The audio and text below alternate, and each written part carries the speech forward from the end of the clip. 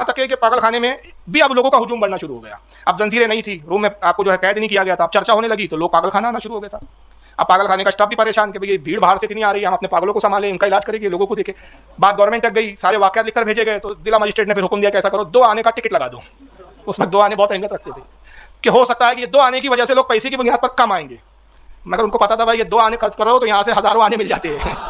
तो लोगों ने 2 आनों का टिकट भी खरीदना शुरू कर दिया। गवर्नमेंट की इनकम शुरू हो गई, लेकिन भीड़ कम नहीं हुई। नतीजा ये हुआ कि फिर स्टाफ ने फिर भेजा कि भाई क्या करे, कोर्ट में मामला गया तो कहा गया कि भाई 2 आने का टिकट बढ़ाकर 1 रुपये का कर दो। और उस जमाने में 1 रुपया आप समझते क्या होता है? 5 रुपये 6 रुपये में पूरा महीने का घर चलता था लोगों का। पुराने लोगों से आप पूछेंगे, 5 रुपये 6 रुपये अगर किसी की तनख्वाह होती थी, पूरा महीने का उसमें घर चल जाता था। उस दौर में 1 रुपया टिकट लगा दिया गया, मगर हालत ये हुई कि लोग 1 रुपये का भी टिकट खरीद लेते थे और वहाँ पे भी भीड़ लगती थी। और सरकार ताजिल औलिया के होते कि जब चाहते पागल खाने में रहते, जब चाहते बाहर आते, सैर तफरीह फरमाते। तो पागल खाने की बहुत सारी करामतें हैं। कल का मौजूद है भालदापुर में, कल तकरीर है, वहाँ करामत का ही मौजूद है, तो कल मैं इंशाल्लाह करामत पर ही ज़्यादा बातें करूँगा। हत्ता कि यहाँ तक कि राजा रघु जी राव की हाजिरी होती है ताजिल औलिया की बारगाह में। और रघु जी राव का ताजिल औलिया की बारगाह में हाजिर होने का वाक़या ये होता है कि उसका एक बेटा था जिसका नाम था विनायक राव। उसकी बीवी हामला हुई, यानी राजा रघु जी राव की बहू हामला होती है। और ये जो मराठा राजा होते हैं, आप सब जानते हैं कि मराठा मुसलमानों के ताल्लुक से थोड़े से मुतासिब किस्म के लोग होते हैं, तासुब पसंद लोग होते हैं, शिद्दत पसंद होते हैं। तो राजा का भी यही मामला था कि मुस्लिम फकीरों से इतनी कोई रगबत थी नहीं। लेकिन इत्तेफाक ये हुआ कि विनायक राव की बीवी जब हमला हुई और जब बच्चे की डिलीवरी का वक्त आया तो अंग्रेज डॉक्टर बुलाए गए। उस वक्त नर्स से अंग्रेज बुलाई गई, क्योंकि अब राजा की बहू भाई यानी समझ लीजिए राजघराने का वारिस आ रहा है, तो बड़ा एहतमाम था। और उस दौर के एतबार से जो भी टेक्नोलॉजी थी, एक्सरे वैक्सरे जो भी किया गया, तो पता यह चला कि पेट के अंदर जो है हमला के पेट के अंदर बच्चा मर चुका है। और डॉक्टरों ने कहा कि बच्चा मर चुका है, अगर फौरन पेट काट कर पेट चाक करके बच्चा नहीं निकाला गया तो डर है कि इससे बच्चा को भी नुकसान हो, मुर्दा बच्चे की वजह से पेट में पॉइजन फैलने का अंदेशा है, और नतीजा ये होगा कि हमला औरत जो है विनायक राव की बीवी ये मर जाएंगी। डॉक्टरों ने मशवरा दिया, लेकिन राजा रघु जी राव की जो बीवी थी उसने साफ इनकार कर दिया। कहा हम हिंदू है, हमारे हिंदू धर्म में पेट काटना, चीरना काटना इसकी परमिशन इजाजत नहीं है। अगर मेरी बहू मरती है तो मर जाए, लेकिन हम ऑपरेशन नहीं करेंगे। वो अड़े बहुत हिंदूवादी कट्टरवादी टाइप की औरत थी, वो मजहब के मामले में शिद्दत पसंद औरत थी। नतीजा ये हुआ कि राजा अपनी बीवी के सामने परेशान, सारे लोग रानी को समझा रहे, रानी मानने के लिए तैयार नहीं, और कहती मैं इजाजत नहीं दे सकती। अब ये हुआ कि बड़े तकलीफ के साथ पूरी रात गुजरी, और इधर यह हाल है कि जच्चा दर्द से कहरा रही है, परेशान हाल है। सुबह 6 बजे के करीब राजा पूजा पाठ करता था। इत्तेफाक से इसका एक ड्राइवर था जो मुस्लिम था। बहुत सारे ड्राइवर और कोचवान होते थे जो बग्गी चलाते थे, गाड़ियाँ चलाते थे। अब राजा था बिल्कुल ठाड़ बाट थे, तो एक ड्राइवर जो है मुसलमान था, उसकी सुबह ड्यूटी लगती थी। जब वो सुबह आया और उसको मालूम हुआ कि साहब ये सब हालात रात भर से चल रहे हैं, बच्चा पेट में मर चुका है, ये सब परेशानी है, तो उसने राजा साहब से बड़े गुजारिश की, बड़ी आजीजी के साथ कि राजा साहब अगर आप मेरी माने तो पागल खाने में एक बहुत बड़े अल्लाह के वली है, और मैं भी उनका बड़ा अकीदतमंद हूँ, एक आलम दुनिया उनकी तरफ आती है और फैस पाती है, तो मेरी गुजारिश है कि आप भी वहाँ तशरीफ ले चलें, तो अल्लाह ने चाहा तो मामला बहुत आसानी से हल हो जाएगा। अब राजा जो है परेशान, एक तरफ बहू की ज़िंदगी है, दूसरी तरफ ये भी है कि अगर बच्चा बच जाता तो एक वारिस मिल जाता।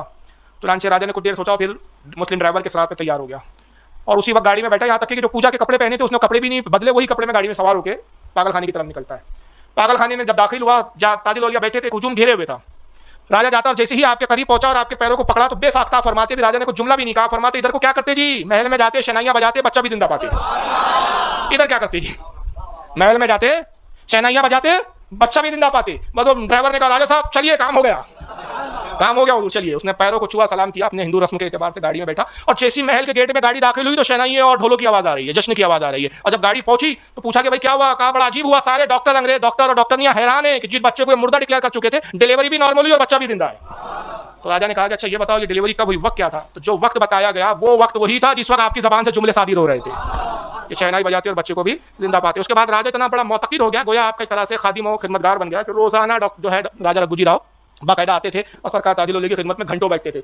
यहाँ तक कि एक अरसा जब गुजर गया तो आप राजा रघु जी राव के एक पंडित थे जो उसका धर्म गुरु जिनको बोलते हैं, उसने मशवरा किया कि मेरा ख्याल ये है कि बाबा साहब को क्यों ना हम अपने महल लेकर आए। ये तो सारी दुनिया जानती है कि आप पागल नहीं है, बल्कि अपनी मर्जी से आप पागल खाने में है, तो मेरा राय यह है कि ऐसे महापुरुष को, ऐसे महासंत को तो महल में होना चाहिए। तो जो धर्मगुरु था उनका राजा रघु जी राव का, उसने इस मशवरे को पसंद किया और उसका फिर यह हुआ कि राजा साहब ने जो है बाकायदा एप्लीकेशन लगाई कि ताजुल औलिया को जब पागल खाने से रिहा किया जाए। चीफ कमिश्नर ऑफ नागपुर उसके बाद दरखास्त राजा ने भेजी कमिश्नर के पास, चीफ कमिश्नर जो था कि भाई बाबा ताजुद्दीन को मैं ले जाना चाहता हूँ, इसकी परमिशन दी जाए। तो चूंकि गवर्नमेंट को अच्छी खासी इनकम हो रही थी, भाई 1 रुपये टिकट था उस वक्त, तो गवर्नमेंट ने इसको तो पहले तो इनकार हुआ, फिर अपील की गई दोबारा, और काफ़ी लड़ने के बाद, जद्दोजहद के बाद आखिर कोर्ट का अदालत का फैसला ये आया कि 1 लाख रुपए की अगर जमानत राजा भर दे तो उस जमानत पर बाबा ताजुद्दीन को रिहा किया जा सकता है। तो राजा ने अपनी खास कमाई से या अपनी खास इनकम से जो भी थी उसकी 1 लाख रुपया बतौर जमानत उसने गवर्नमेंट को दिया, और ताजुल औलिया को 21 सितंबर 1908 ईस्वी को पागल खाने से लेकर निकला। और उस वक्त आपकी उम्र ज़ाहिरी 47 साल थी। 16 साल का कुछ अरसा जो है सरकार ताजुल औलिया ने पागल खाने में गुजारा है। 16 साल आप पागल खाने में रहे, यानी 1892 से लेकर 1908 तक का जो अरसा है वो पागल खाने का अरसा है। और जब पागल खाने से शकरदरा जो महल है राजा का, वहां तक जब ये गया तो एक बड़े जश्न और एक बड़े जुलूस के साथ, जिसमें हाथी और घोड़े और ताजुल औलिया हाथी पे सवार है और एक हाथी पे खुद राजा सवार है, बड़ा शान ठाट बाट के साथ ये जुलूस जो है पूरा मतलब शहर का गश्त करते हुए पागल खाने से शकरदरा लेकर आता है। और फिर वहाँ एक लाल महल करके नाम था, जहाँ पर अब वो बाबा ताजुद्दीन की अगर कोई लोग गए होंगे तो दिखा होगा आप लोगों ने, कि जहाँ पर अभी आपका चिल्ला और पलंग वगैरह रखा हुआ है, वो पहले एक लाल महल था, छोटा सा महल था, वहीं वो लाल महल जो है ताजुल औलिया के लिए उसने वक्फ कर दिया। फिर आसपास में कुछ हुजरे और कुछ मकाना तामीर किए जो आपके खुदाम और खादिमों के लिए बनाए गए।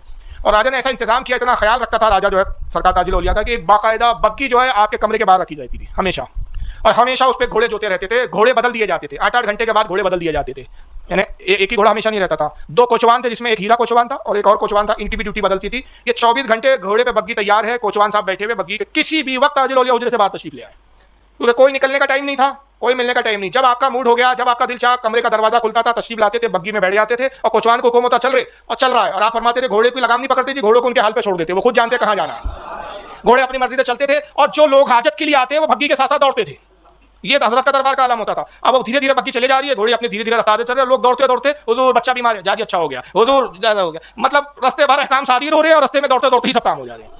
लोग वहाँ पे हार खरीदते, मेला जैसा भरा होता था पूरा शकरदरा पे, हारों की दुकानें, चाय की दुकानें, भजियों की दुकानें, खाने की दुकानें, ठेलों पे लगी है, लोगों का हुजूम। हुजरे के बाद हजारों का मजमा बैठा इंतजार में कब सरकार बात तशरीफ लाए। बस जिस वक्त आया, जिस बाहर आते लोग हार गले में डालना शुरू कर देते, गलों में हारों का ढेर लग जाता, बग्गी में तशरीफ लाते, जिस पर दिल आ गया कुछ हार उसको अता कर देते थे। जिसको हार मिल गए वो तो बड़ा खुशनसीब भी समझता था कि ताजुल औलिया ने मुझे हार अता किया है। ये आलम था आपका। यहाँ तक कि राजा ने एहतमाम किया था कि दरवाजे पर 2 या 3 आदमी रखे थे, इनकी भी ड्यूटी बदलती थी, और इनका काम क्या था, ठंडे पानी की जो छागल या मश्क जो है वो कांधे पर रख के 24 घंटे खड़े हो, कि किस वक्त ताजुल औलिया पानी तलब कर दे, जिस वक्त फौरन ठंडा पानी गर्म हो जाए, पानी तब्दील हो जाता था। हर 6 घंटे के बाद खाना तब्दील हो जाता था, और खाने का जो है तोशादान बिल्कुल रखा जाता था, क्योंकि खाने का भी कोई टाइम नहीं था ताजुल औलिया का। सब मूड पे था, जब दिल चाहा तो खाना खा लिया, जब दिल नहीं है तो दिन भर खाना वैसी है। यहाँ तक कि जब वो 6 घंटे गुजर जाते हो खाने पे, तो वो फिर खुदामों में तकसीम हो जाता था। अगर मूड हो गया तो आपने खाना तलब किया तो खाना चंद लुकमे खाते थे। हज़रत मौलाना यूसुफ शाह ताजी फरमाते, जो आपके खास फैज़ याफ्ता में है, इनका भी जिक्र कभी आएगा इंशाल्लाह। उन्होंने ताजुल औलिया बड़ी ज़ख़ीर किताब लिखी है, इस वक्त टेबल पर भी है, ये किताब है उनकी। ये आला हज़रत के शागिर्द थे, कैसे पढ़ा था इन्होंने। अब ये ताजुल औलिया के पास कैसे आए, क्यों आए, ये एक एक चीज़ पर बोले तो घंटों, यानी एक दिन की मजलिस नहीं है कि अगर आप सोचे कि एक दिन में मैं सारी चीज़ें कवर कर लूँ तो ये मुमकिन नहीं है। इसके लिए भी 4-5 दिन चाहिए, बाबा जान पे भी बोलने के लिए 4-5 दिन चाहिए। और फिर ये एक ऐसी किताब ही नहीं है, और भी है। अस्कार ताजुल औलिया अलग है, ताज मुरारी अलग है, ताज कुतबी अलग है। सबके मुसन्निफों की अपनी अपनी दास्तानें हैं कि ये ताजुल औलिया की बारगाह में कैसे आया, सवानें कैसी लिखी इन्होंने, क्या हालात लिखे, ये इनकी अपनी अलग दास्तानें हैं। फिर ताजुल औलिया के खुलफा कितने गुजरे, उनकी अपनी जिंदगी के हालात है। अम्मा साहिबा की बात करें तो उनकी अपनी एक हालात है, यानी इसके लिए बहुत सारे दिन चाहिए, एक दिन में नहीं समझ सकते। बहरहाल ये लिखते हैं कि ताजुल औलिया का मतलब ये था कि चंद लुकमों से ज़्यादा कभी खाना नहीं खाते थे। और आपकी सबसे ज़्यादा पसंदीदा चीज़ गिज़ा क्या थी पता है, दाल, चावल और मछली। 3 चीज़ें आप बड़ी पसंद फरमाते थे। दाल, तुअर की दाल, अब यूपी वाले भी सुनेंगे तो कहेंगे तुअर हमारे महाराष्ट्र में बोलते हैं, मुझे वहाँ यूपी वगैरह जाने का पता लगा, वहाँ तुअर को जानता ही नहीं है, वहाँ बोलते हैं अरहर की दाल। अरहर की दाल, चावल और मछली ये पसंद था। और खुद आपने इस ताल्लुक से शेर बनाया था, आप अक्सर मज़ाहन फरमाते थे शेर, दाल चावल पेड़ का फूल। ये अक्सर आप फरमाते, जब दाल चावल लाया जाता था आप क्या कहते, दाल चावल पेड़ का फूल, ये ना खाया तो सब मिट्टी धूल। दाल चावल पेड़ का फूल, ये ना खाया तो सब मिट्टी धूल। तो ये जो है राजा का एहतमाम था महल के अंदर। तो राजा ने बड़ी खिदमत की और बहुत आपकी मतलब जिंदगी खिदमत गुजार रहा राजा। अब यहाँ पर भी जो है शकरदरा की बहुत सारी करामातें हैं, बहुत सारे वाक़यात हैं। उलमा भी यहाँ मिलने आया करते थे दूर दराज से, और क्या कहना चाहिए, ज़ायरीन आया करते थे, हाजतमंद आया करते थे। अब रहा गया कि ताजुल औलिया का मकाम विलायत क्या था, इस पर मैं कुछ गुफ्तगू कर रहा हूँ। तो सबसे पहले तो यह अर्ज़ कर दूँ कि किसी भी वली के दर्जा उसकी विलायत बताना हम जैसे नाकिसों का तो काम ही नहीं है, और फिर शहंशाह तकलीम के बारे में बोलना ये तो और ज़्यादा दुश्वार है। हज़रत यूसुफ शाह ताजी रहमतुल्लाह अलैह, इनका मैं थोड़ा सा बता देता हूँ वरना फिर बात समझ में नहीं आएंगी। ये सरकार आला हज़रत के शागिर्दों में थे, बरेली शरीफ में इन्होंने आला हज़रत से तालीम हासिल की। इनका नाम था मौलाना अब्दुल करीम। क्या नाम था, मौलाना अब्दुल करीम। तो एक बड़ी दास्तान है कि ये सरकार ताजुल औलिया के इशारे पर नागपुर तशरीफ लाए, आला हज़रत के इशारे पर। आला हज़रत ने बताया इनको, एक दिन ऐसी बात निकली कि भाई नागपुर में एक बहुत बड़ी अजीम शख्सियत है जिनको ताजुल औलिया कहते हैं, आले रसूल है, तो अगर आपको रूहानी फैज़ चाहिए तो आप नागपुर तशरीफ ले जाइए। इनके पीर मुर्शिद एक गुजरात में पीर साहब थे, उनके इन्होंने अपने पीर से रब्ता किया, तो पीर ने भी कहा कि तुम्हारा हिस्सा ताजुल औलिया की बारगाह में है। तो बाबा यूसुफ शाह ताजी नागपुर तशरीफ लाए, और आने के बाद कुछ अर्सा तो बाबाजान उनके समझ में ही नहीं आया, मतलब क्योंकि एक आलिम फाजिल थे, तो वो तो ये सोचकर आए थे कि भाई बिल्कुल आलिमाना लिबास पहनते होंगे, सर पे इमामा होगा, और मस्जिद में आप बैठ जाइए तो भाई काला रसूलुल्लाह काला अल्लाह यही सब चलता होगा। लेकिन जब शकरदरा पहुंचे तो मामला अजीब था, वहाँ तो सब या था किसी का कुछ ही नहीं था, ना काला अल्लाह सुनाई देता था, ना काला रसूलुल्लाह, या था जिसको देखो, या था जिसको देखो। तो दूर से देखते थे और कहते थे ये अपने समझ में नहीं आते। मगर फिर ख्याल आता कि भाई आला हज़रत ने भी इनको वली कामिल फरमाया है, तो यकीनन एक वक्त का मुजद्दिद किसी को वली कहे तो बात तो गलत नहीं हो सकती है ना। अब कशमकश की कैफियत है, तो इन्होंने यही आपका मिर्ची बाजार जो है, जिसको मिर्ची बाजार चौक आज भी यही नाम है, वहाँ एक किराए का मकान ले लिया इन्होंने मौलाना अब्दुल करीम साहब ने। और रोजाना सुबह आते और शकरदरा में वो बाहर दूर से देखते, करीब भी नहीं जाते थे बाबाजान के, और दूर से देखते तो बस हर तरह के लोग आ रहे हैं, हिंदू भी है, ईसाई भी है, गैर मुस्लिम भी है, सब तरह के लोग आ रहे हैं। और बाबाजान का आलम ये है कि कभी कपड़ों का ख्याल है तो कभी नहीं है, कभी घुटना खुला हुआ है, अपनी कैफियत में बैठे, कभी जस की कैफियत है, कभी सुलूक, कभी जुमले ऐसे फरमाते हैं जो किसी के समझ में नहीं आते। तो कई दिन ऐसे गुजर गए, तो आखिर में ये हुआ कि मायूस हो गया, कहा कि नहीं ये हजरत अपने समझ में नहीं आते, यहाँ से कुछ मिलना इल्ला नहीं है, रूहानी फैज़, तो यहाँ से रुखसत होना चाहिए। बहरहाल ये आए और अपने घर कमरे में आके उन्होंने अपना सामान वगैरह पैक किया और ट्रेन वगैरह का पता लगाया कि भाई वापस गुजरात के रहने वाले थे, कहा कि अपने घर वापस जाते हैं। गुजरात की ट्रेन का पता लगाया कि कहाँ से जाना, कैसे जाना है, और उसके बाद आए तो फिर ख्याल आया कि अब जा ही रहे तो चलो आखिरी बार सरकार ताजिल औलिया से मिल लेते, आखिरी बार। तो ये आके दूर खड़े हो गए, तो अचानक बाबा सरकार जो है मजमे को चीरते हुए आते हैं इनके करीब, और सीने पे एक जोर से बुक्का मारा। तो जितना मारा, जितना था सब सल्ब हो गया, पूरा गायब, कुछ भी नहीं पढ़ पा रहे। तो ये बड़े हैरान और परेशान हो गया। और उसके बाद एक जुमला फरमाया, मौलाना मकाम पाते जी बोले कुत्ता मार के लाते दोनों मिलके खाते। क्या फरमाया? मकाम चाहिए, कुत्ता मार के लाते दोनों मिलके खाते। तो इनके कुछ समझ में नहीं आया, तो कदमों में गिर पड़े, बोले सरकार कुत्ता तो हराम है शरीयत में। तो आप मुस्कुरा कहते वाजी मौलाना इतना पढ़ लिया, बोले और रसूल की एक हदीस भी नहीं समझ सके, इतना पढ़ लिया रसूलुल्लाह की एक हदीस, नाना की हदीस भी ना समझ सके। बोले अल्लाह के रसूल ने नहीं फरमाया अद्दुनिया जीफतुन व तालिबुहा किलाब, दुनिया मुर्दार है और उसके तलबगार कुत्ते हैं। तो मौलाना ये जो नफ्स है ना जी, ये कुत्ता है, इसको मारो खा लो, नफ्स मर जाता तो मकाम पा लेते। ये नफ्स ही कुत्ता है। और ये नफ्स को कुत्ता कहाँ कहा गया है? अल्लाह के रसूल हज़रत मौला अली का कौल है, हज़रत अली फरमाते तेरा अपना नफ्स कुत्ते की मांगी दे, उसको रस्सी से जंजीर से जकड़ के अगर उसको आज़ाद करेगा ये तुझे ही फाड़ खाएगा। तो नफ्स जो है उसको कुत्ते की मिसाल दी है। अब इसमें बहुत सारी हदीसें आई है कि हुजूर ने दुनिया को कुत्ता फरमाया, नफ्स को कुत्ता फरमाया। तो वो हदीस तिलावत करके तशरीह करते हैं, आप कहते हैं कि कुत्ता ये नफ्स है, इसको मार के खा लो, फना कर दो, खत्म कर लो। जब ये कर लोगे तो मकाम को तुम क्या करोगे? पालोगे। हज़रत मौलाना अब्दुल करीम साहब जब थे, जब उन्होंने तशरीह सुनी हदीस पाक की तो हैरान हो गए। तब उनके समझ में आया कि मैं तो ये समझ रहा था कि यहाँ काला अल्लाह काला रसूलुल्लाह नहीं है भाई, ये जो